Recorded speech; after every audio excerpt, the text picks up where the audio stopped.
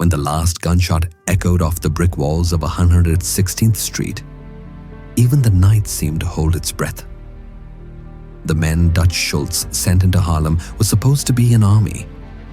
Hard faces, imported muscle, white boys from downtown who believed numbers, guns, and fear traveled the same way on every street in New York City. They came north confident, loud, and certain they were about to teach Harlem a lesson it wouldn't forget. But as one of them lay bleeding beneath a flickering street lamp, staring up at a sky he would never see again, a single truth settled in his chest, heavier than the bullet that caught him. Harlem was not theirs, and the man they came for was not afraid. Bumpy Johnson didn't fire the first shot. He didn't need to.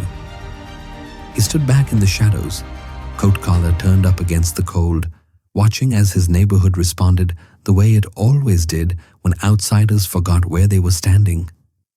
Doors cracked open. Windows lifted an inch. Men stepped forward without being called. Dutch Schultz thought power moved north with money and guns. What came back to him was something else entirely. Respect enforced by memory, territory defended by blood, and a warning written so clearly in the streets of Harlem that no interpreter was required. But to understand how it ever reached that point, how one of the most violent mob bosses in America decided to send an army after a Harlem king, you had to understand who Ellsworth Bumpy Johnson was long before that night, and why Harlem in the early 1930s was not a prize to be taken lightly. Before the war with Schultz, before the gunmen and the whispers, Harlem moved to Bumpy Johnson's rhythm. The streets didn't belong to him on paper. No deed bore his name. No office listed him as owner. But every numbers runner, every bar owner, every hustler with sense understood the arrangement. Bumpy didn't rule with noise. He ruled with balance. Tall, sharp-eyed, always dressed with intention. Bumpy carried himself like a man who knew exactly where he stood in the world and dared anyone to question it. He was known for violence when necessary, yes. But more than that, he was known for memory, for never forgetting a slight, for never rushing a response. Harlem in those days was alive and under siege at the same time. The Harlem Renaissance had given the neighborhood pride, culture, and voice, but Prohibition and the Great Depression had turned it into a battleground. White mob bosses looked north and saw opportunity.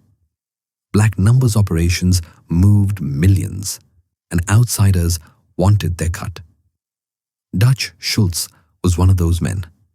A ruthless bootlegger with a temper as infamous as his wealth, Schultz had built his empire downtown on intimidation and sudden brutality. He believed in overwhelming force. If someone didn't bend, he broke them. If territory resisted, he flooded it with violence until resistance drowned. To Schultz, Harlem was unfinished business.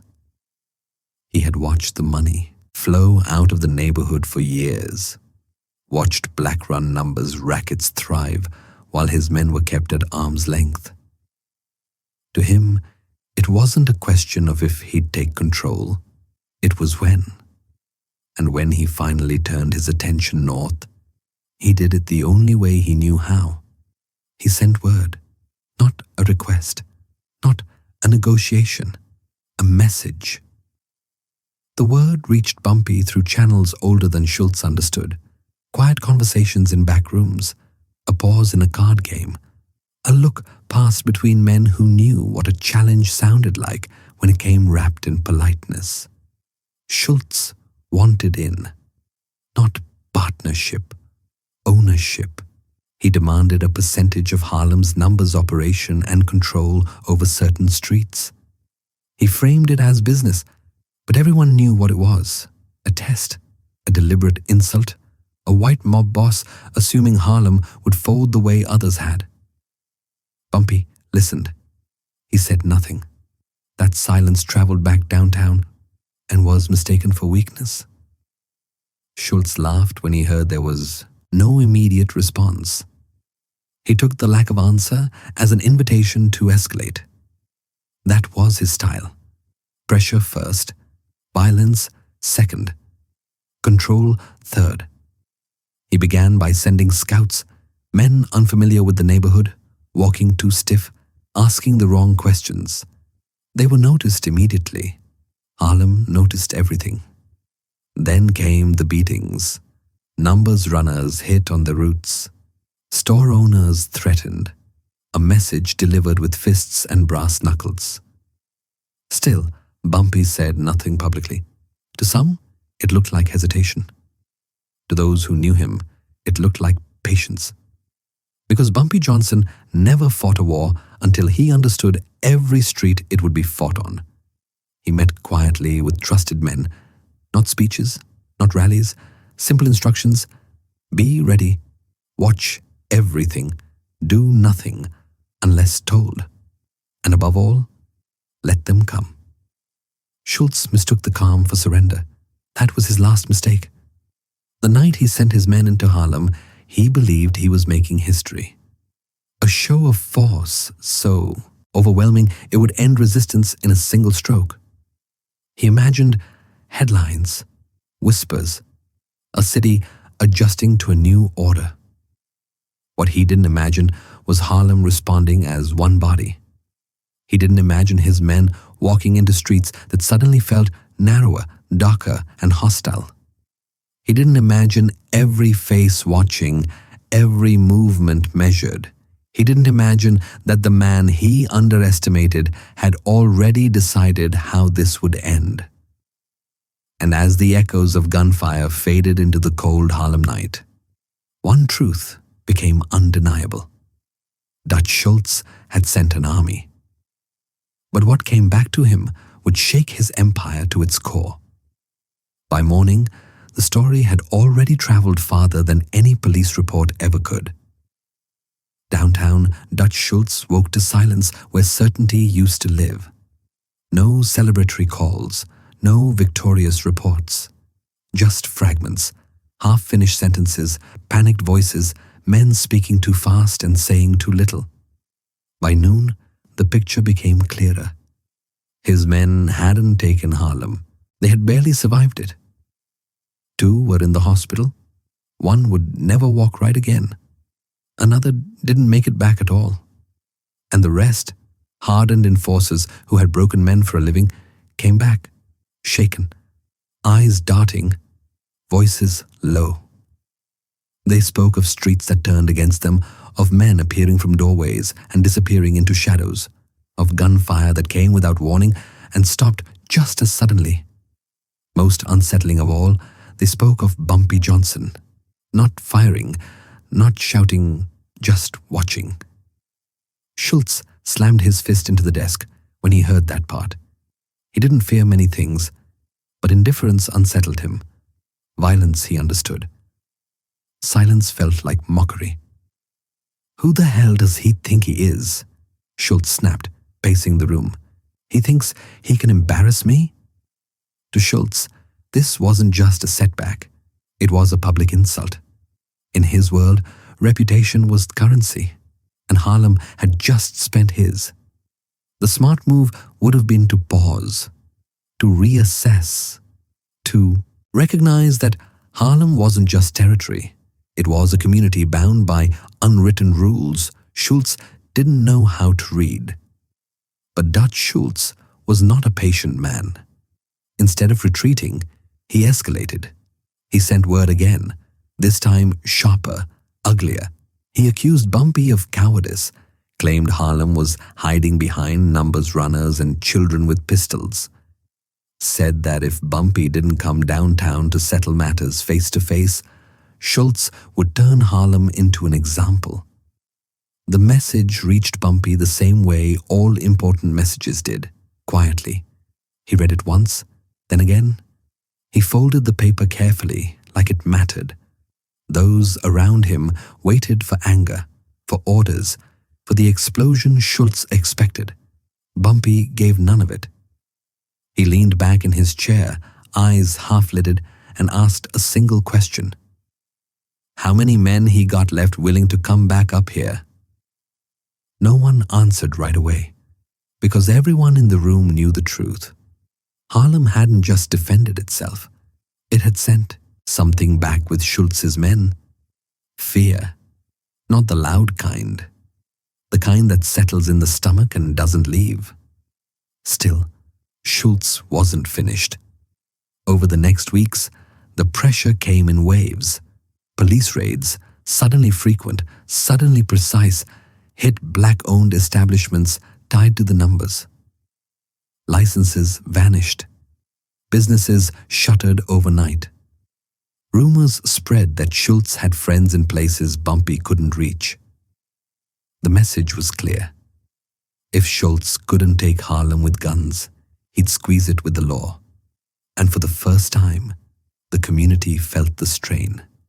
Store owners whispered. Numbers runners hesitated. Some wondered out loud whether Bumpy had finally met a force too large to push back. Not betrayal, but doubt.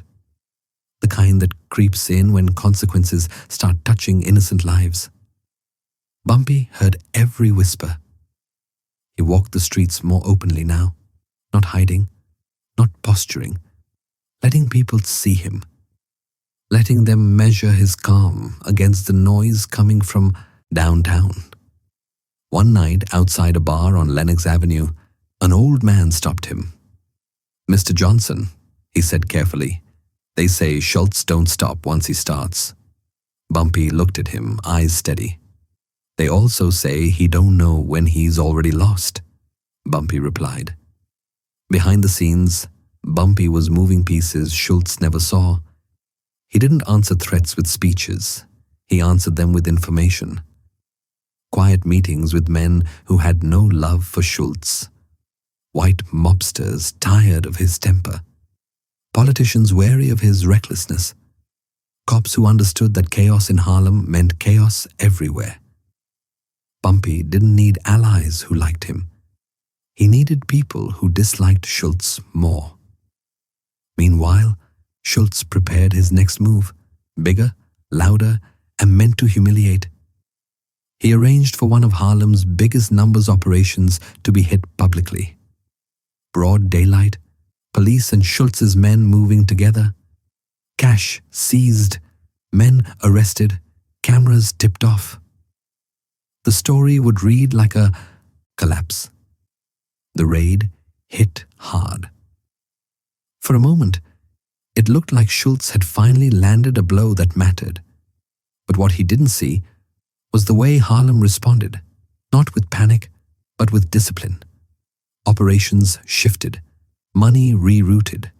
Leaders stepped in to support families affected by arrests.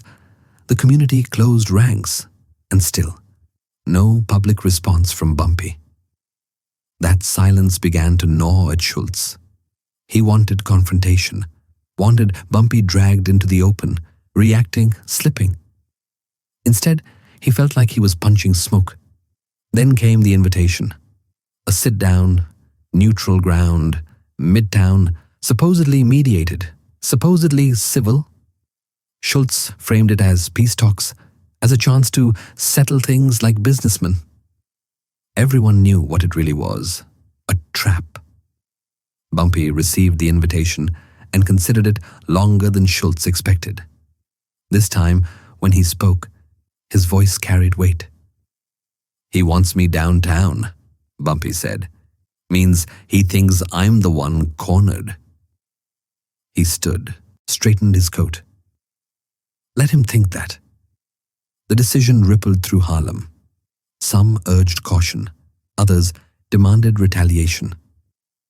But Bumpy had already chosen his moment, because the kind of man Dutch Schultz was, loud, impatient, arrogant, could only be defeated one way, publicly, decisively, and in a manner that left no doubt who truly controlled the streets of New York.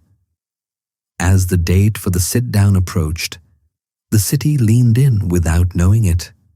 Two worlds preparing to collide, not just over money or territory, but over respect. And when they finally came face to face, one of them would leave changed forever. The sit-down was scheduled for a Tuesday afternoon, the kind of grey New York day where the sky hung low and the city felt smaller than usual. Neutral ground, they called it. A private room in a midtown hotel, expensive enough to suggest safety, discreet enough to promise secrecy. The kind of place where powerful men believed walls listened only when paid to. Dutch Schultz arrived first. He liked arriving first. It let him set the temperature in the room. He took the seat with his back to the wall, jacket open, hat placed deliberately on the table beside him. Two men flanked the doorway, not officially bodyguards, but close enough to make the message clear. Schultz drummed his fingers against the table, irritation barely concealed. Harlem had refused to break. Worse, it had refused to bow. When Bumpy Johnson finally entered, the room changed. He came alone. No entourage, no display. Just a tall black man in a dark suit, moving with the unhurried confidence of someone who knew exactly how this conversation would end. His eyes met Schultz's for a brief moment, long enough to register recognition, not long enough to grant dominance. Schultz smirked. "Well, I'll be damned," he said, leaning back. "You do exist." Bumpy took a seat across from him without responding. The mediator cleared his throat, beginning to speak, but Schultz waved him off. "Let's not waste time," Schultz said. "We both know why we're here." Bumpy folded his hands on the table, calm, measured. "You sent men into my neighborhood," he said. "They didn't belong there." Schultz laughed, sharp and humorless. "Your neighborhood," he repeated. Funny way to put it. Streets belong to whoever can hold them. Bumpy's eyes didn't flicker. "And yet," he replied, "your men couldn't." The room tightened. Schultz leaned forward now, smile gone. "You embarrassed me," he said. "You think I can let that stand?" Bumpy met his gaze. "I think you already did." For a moment, neither man spoke. Then Schultz stood. He paced slowly, like a man trying to keep his temper on a leash. "You're sitting on money that should be flowing through me," he said. "You can make this easy, or you can make it painful. Either way, it ends the same." Bumpy waited until Schultz finished. Then he spoke, not louder, not sharper, but with a certainty that settled heavy in the room. "You don't understand Harlem," Bumpy said, "and that's why you'll never own it." Schultz turned, eyes blazing. "I own plenty of places that didn't want me. Harlem ain't one of them." The mediator shifted uncomfortably, sensing the conversation slipping past salvage. Schultz stopped pacing. "You think you're protected?" he asked. "By who? The people? The streets?" Bumpy leaned back slightly. "By memory," he said. "By history. By men who know the difference between taking something and holding it." Schultz scoffed. "Big words." "They don't need to be big," Bumpy replied. "They just need to be true." The sit-down ended without agreement. No handshake, no compromise, just two men standing on opposite sides of a line that couldn't be crossed. As Bumpy rose to leave, Schultz spoke again. "This isn't over." Bumpy paused at the door. "It is for you," he said, quietly. Schultz watched him go, anger boiling beneath his skin. He told himself Bumpy was bluffing, that Harlem would crack under pressure, that fear always won in the end. But even as he told himself that, a doubt had begun to take root. Because Bumpy hadn't come to negotiate. He had come to measure. The aftermath of the sit-down marked a turning point. Schultz unleashed everything he had left. More raids, more threats, more money poured into buying influence. But the returns grew smaller. His men avoided Harlem unless ordered. Those who went came back unsettled, reporting nothing tangible, just the sense that they were being watched, catalogued, remembered. Then quietly, the counter-strike began. One by one, Schultz's operations outside Harlem started experiencing problems. Trucks delayed, shipments seized, tip-offs that came too late to be coincidence. Cops who had once looked the other way suddenly took interest. None of it could be traced to Bumpy. That was the point. Word spread downtown that Schultz had overreached. That he'd picked a fight that was costing him more than it was worth. Men who once feared him now questioned his judgment. And then came the final blow. A federal investigation, long rumored, rarely confirmed, suddenly gained traction. Witnesses appeared. Paper trails surfaced. Schultz found himself fighting on multiple fronts, resources stretched thin. Harlem watched from a distance. Bumpy never celebrated publicly.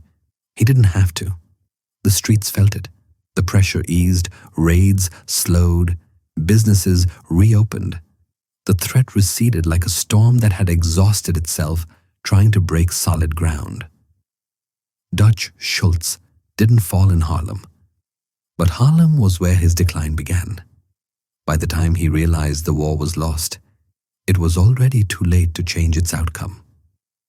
Bumpy Johnson remained where he'd always been, standing, patient, unbowed. And in the unspoken ledger of New York's underworld, one fact became undeniable. Dutch Schultz had sent an army. Bumpy Johnson had sent nothing back at all. And that silence was the loudest message of all. History doesn't always announce its turning points with explosions. Sometimes it shifts quietly, through absence, through retreat, through the sudden understanding that a line once crossed will never be crossed again.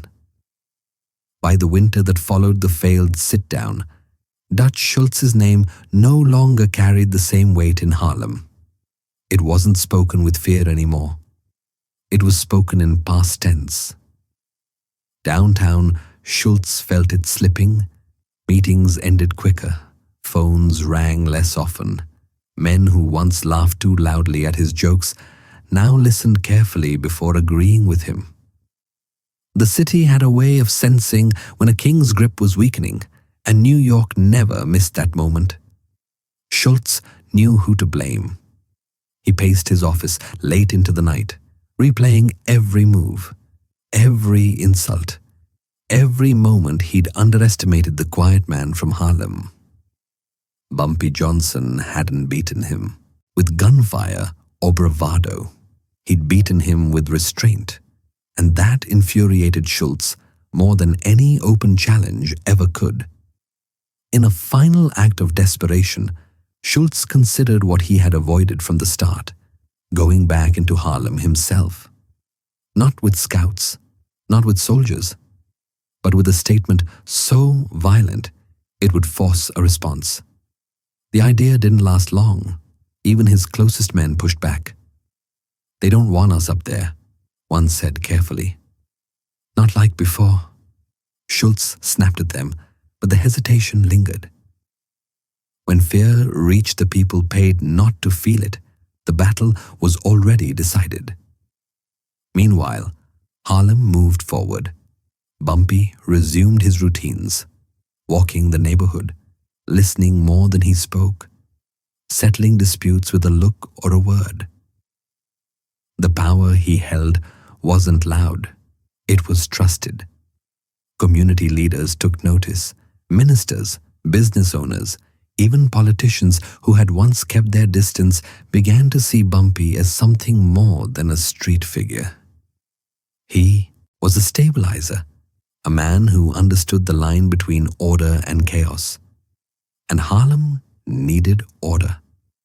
One evening, as snow dusted the sidewalks, Bumpy stood outside a storefront recently reopened after Schultz's pressure eased. The owner shook his hand with both of his.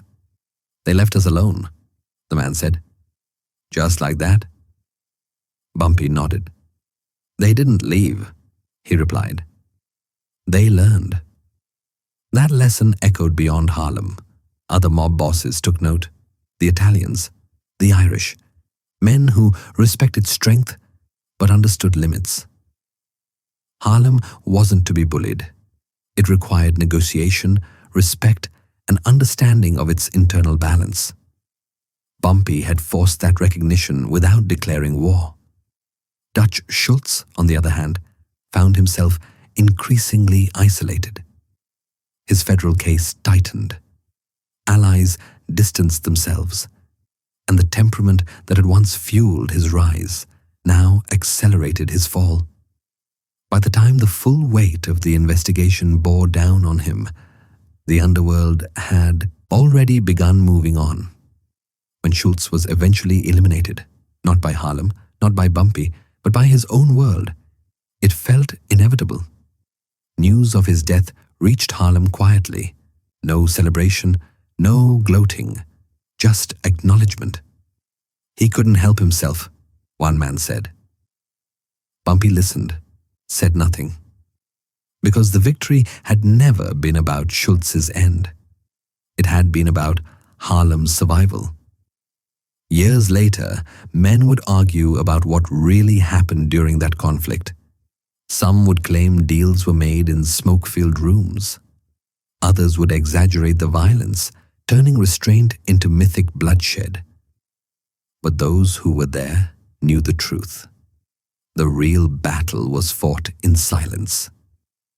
Bumpy Johnson never challenged Dutch Schultz directly after the sit-down. He didn't need to. He let Schultz exhaust himself, trying to dominate a place that would not submit. And Harlem remembered. Children grew up hearing the story, not as a fairy tale, but as a lesson. About patience, about dignity, about knowing when to stand firm without raising your voice. Bumpy's reputation deepened, not just as an enforcer or operator, but as a leader who understood power in all its forms. Men followed him not because they were afraid, but because they trusted him to protect what mattered. When outsiders spoke of Harlem after that, they did so carefully, and whenever someone asked why, the answer was simple. Because one man had shown the world that respect could be enforced without spectacle. That strength didn't always announce itself, and that sometimes the most devastating response to an army was refusing to give it a war. The consequences of the Schultz War didn't arrive all at once. They settled in slowly, like dust after a building collapses, quiet, unavoidable, and impossible to ignore. In Harlem, the change was felt before it was spoken. Police patrols eased, not vanished, but softened. Raids that once came heavy-handed and frequent now required paperwork, warrants, explanations. The kind of restraint that signaled someone, somewhere, had decided Harlem was no longer worth provoking without cause.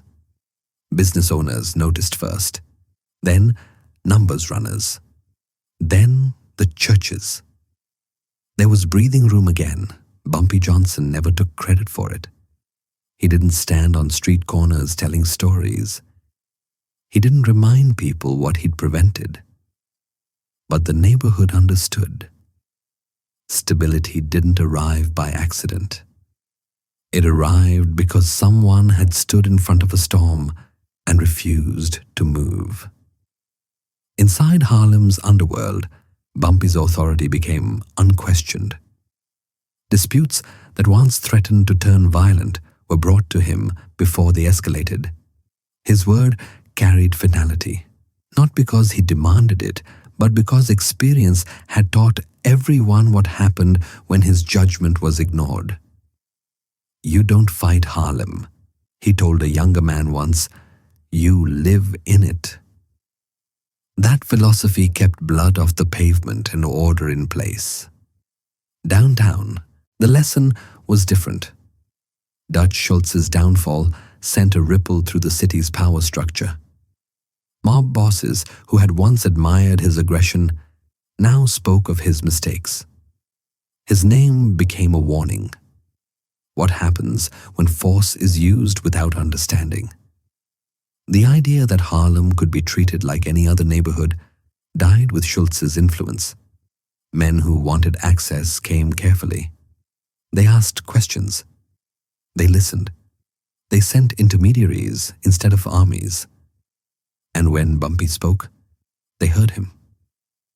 One Italian boss was overheard saying, "You don't conquer Harlem, you make peace with it." That sentence alone marked a shift in New York's underworld thinking. Bumpy Johnson had altered the equation. Not through conquest, but through consequence. The community's respect deepened into something quieter, stronger. Parents nodded when Bumpy passed. Elders greeted him by name. Even those who didn't approve of his work understood his role. He had shielded Harlem from chaos when chaos was eager to enter. That didn't make him a hero. It made him necessary. Bumpy knew the balance he walked. He didn't romanticize it. He understood the cost of power and carried it without illusion. There were nights he stayed up late, reading poetry, thinking about the thin line between order and destruction. Harlem was worth protecting, but it demanded constant vigilance. Years later, when younger men asked about Dutch Schultz, Bumpy rarely answered directly. He didn't know when to stop, was all he'd say. That restraint became part of his legend. The absence of bragging, the refusal to inflate the story, the understanding that real power didn't need witnesses. But history had its own way of remembering. Writers would later frame the conflict as a war. Headlines would exaggerate numbers, invent shootouts, dramatize every corner. The truth was less theatrical and far more impressive. A white mob boss with unlimited resources had tried to bend Harlem to his will, and Harlem, guided by one man's patience, had said no. That refusal reshaped boundaries no map could show. The justice in it wasn't revenge. No parade marked Schultz's decline. No public reckoning took place in Harlem's streets. Instead, justice arrived as relief, as continuity, as children walking to school without ducking into doorways. That was the payoff. Respect earned not through fear, but through steadiness. Bumpy Johnson didn't win a war that night Schultz sent his men north. He won something rarer. Time. Time for Harlem to breathe, to grow, to exist on its own terms. And in New York, a city that devoured men who mistook volume for power, that lesson endured long after the gunshots faded. By the time the story settled into legend, the details mattered less than the outcome. Harlem stood. That alone was enough to secure Bumpy Johnson's place in the city's memory. The conflict with Dutch Schultz became a reference point, an invisible line drawn through New York's criminal history. Before Schultz, Harlem was viewed as vulnerable. After him, it was understood as deliberate, structured, protected by a man who knew how to wield power without burning everything in his path. Bumpy's name traveled far beyond 125th Street. Downtown bookmakers spoke it carefully. Italian captains weighed it when making plans.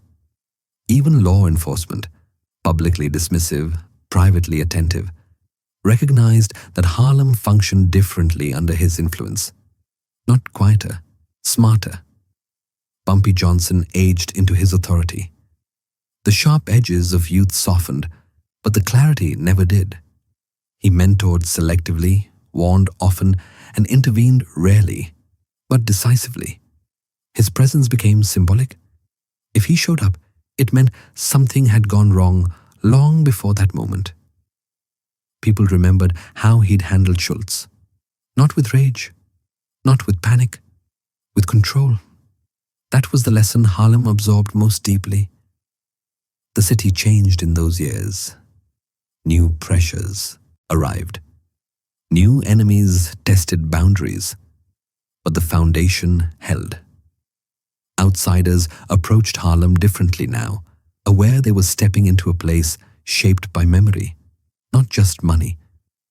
And when violence did come, as it always does, it arrived knowing it would be answered thoughtfully, not impulsively. That reputation protected Harlem as much as any gun ever could. Years later, historians would argue about influence, about whether Bumpy Johnson truly altered the balance of New York's underworld or simply navigated it better than most. The streets answered that question more honestly than any book, because they remembered what happened when Dutch Schultz believed force alone could claim them. They remembered how nothing came back, but silence, and how that silence broke a man who couldn't live without being feared. Bumpy never spoke publicly about legacy. He didn't need to. The legacy walked beside him every time he moved through Harlem without challenge. Children who didn't know Schultz's name knew Bumpy's, not as a tyrant, as a constant. That distinction mattered. When Bumpy Johnson eventually passed, the city paused in ways it rarely did for men like him. Not out of approval, out of recognition. He had been a stabilizing force during an era when stability was rare and costly. His restraint during the Schultz conflict became the defining example of his leadership, proof that dignity could exist even in the shadows. The story endured because it wasn't about violence. It was about boundaries, about a community refusing to be treated like a prize, about a man who understood that respect, once earned, was more powerful than any army. Dutch Schultz sent men into Harlem expecting obedience. What he received was education. And that education reshaped how power moved in New York forever. This wasn't just a story about two men on opposite sides of New York's underworld. It was a story about misunderstanding power.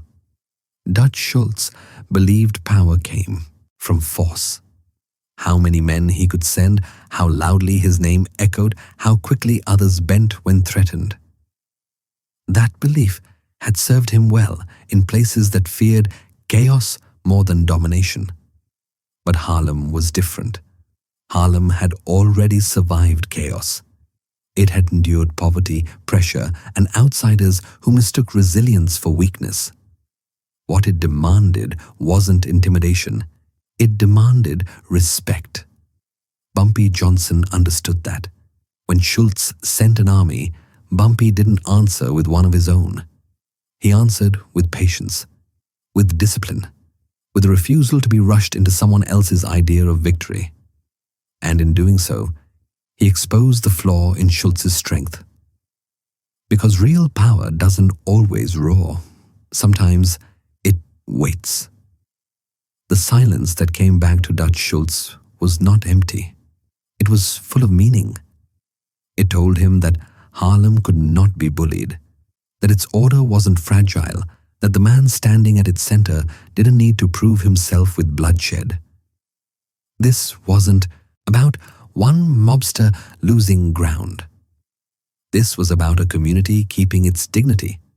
And sometimes that's the most dangerous kind of resistance there is. Because when a legend teaches the world where the line is and refuses to cross it himself, the world learns to stop testing it. That was Bumpy Johnson's victory. Not loud, not celebrated, but lasting. And in a city that forgets most men the moment they fall, that kind of legacy is the rarest power of all.